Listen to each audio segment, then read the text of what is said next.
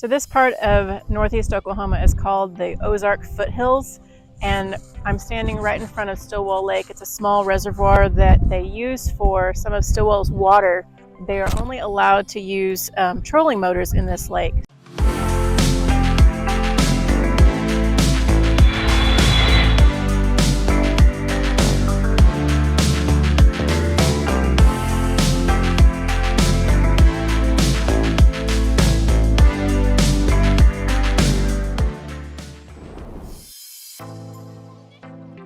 Stilwell, Oklahoma was incorporated in 1897, named after Arthur Stilwell, founder of the Kansas City Southern Railroad. It is the county seat of Adair County and sits west of the Arkansas border and the Cherokee Nation. Prior to the town's incorporation, the area is one of the dropping-off points of the infamous Trail of Tears, the forced relocation of the Cherokee people from the southern east coast to Oklahoma and Arkansas.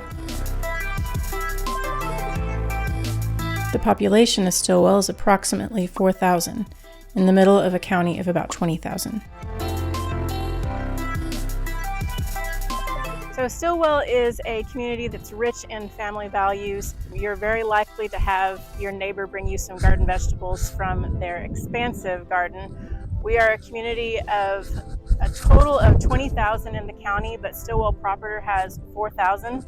So we are here at Carson Park, which was donated by one of the Adair County greats, Carson family, and we are surrounded by soccer fields, baseball fields, football fields, and this is generally an area where we have lots of community events.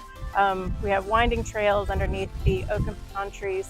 So as you can look around us and see like the mountains surrounding, we're in the base of the Ozark Foothills.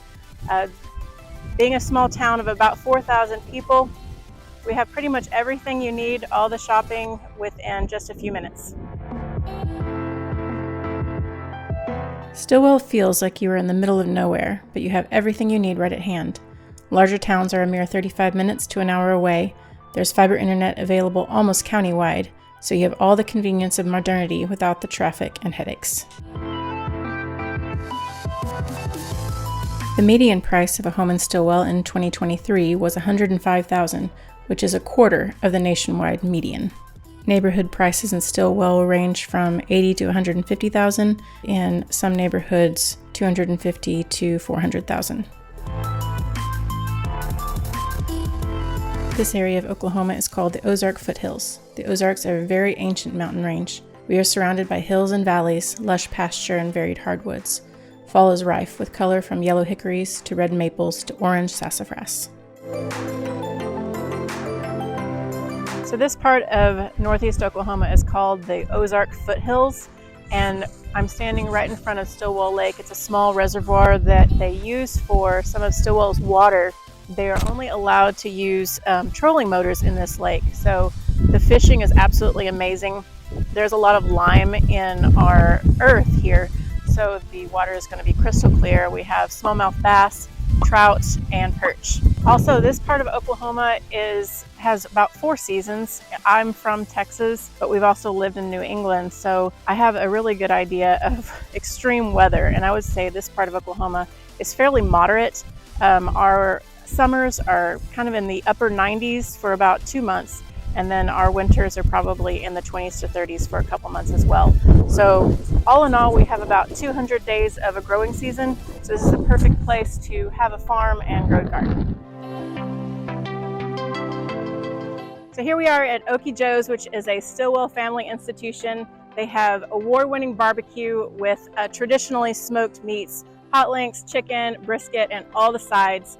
In northeast Oklahoma, we have a lot of Midwestern fare, but we have a little bit of Southern and Cajun thrown in.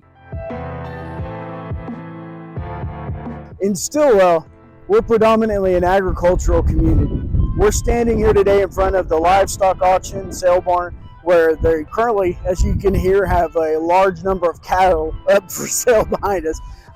They also have at least a monthly auction for poultry and small animals, where they'll sell anything from eggs and goats to jackasses, except for politicians. They like to keep those deals in the back room somewhere. But yeah. Also, we have the OSU Extension, which is amazing service that's provided in most areas around here, the county extension office. But they will They provide everything from education to they'll actually come out and look at your property and then try and help you apply for particular grants that may or may not be available to you. 4-H is another big deal around here, where they're teaching our kids not only how to raise livestock and animals, but how to run a small business or small agricultural business, but also how to be just good members of the community.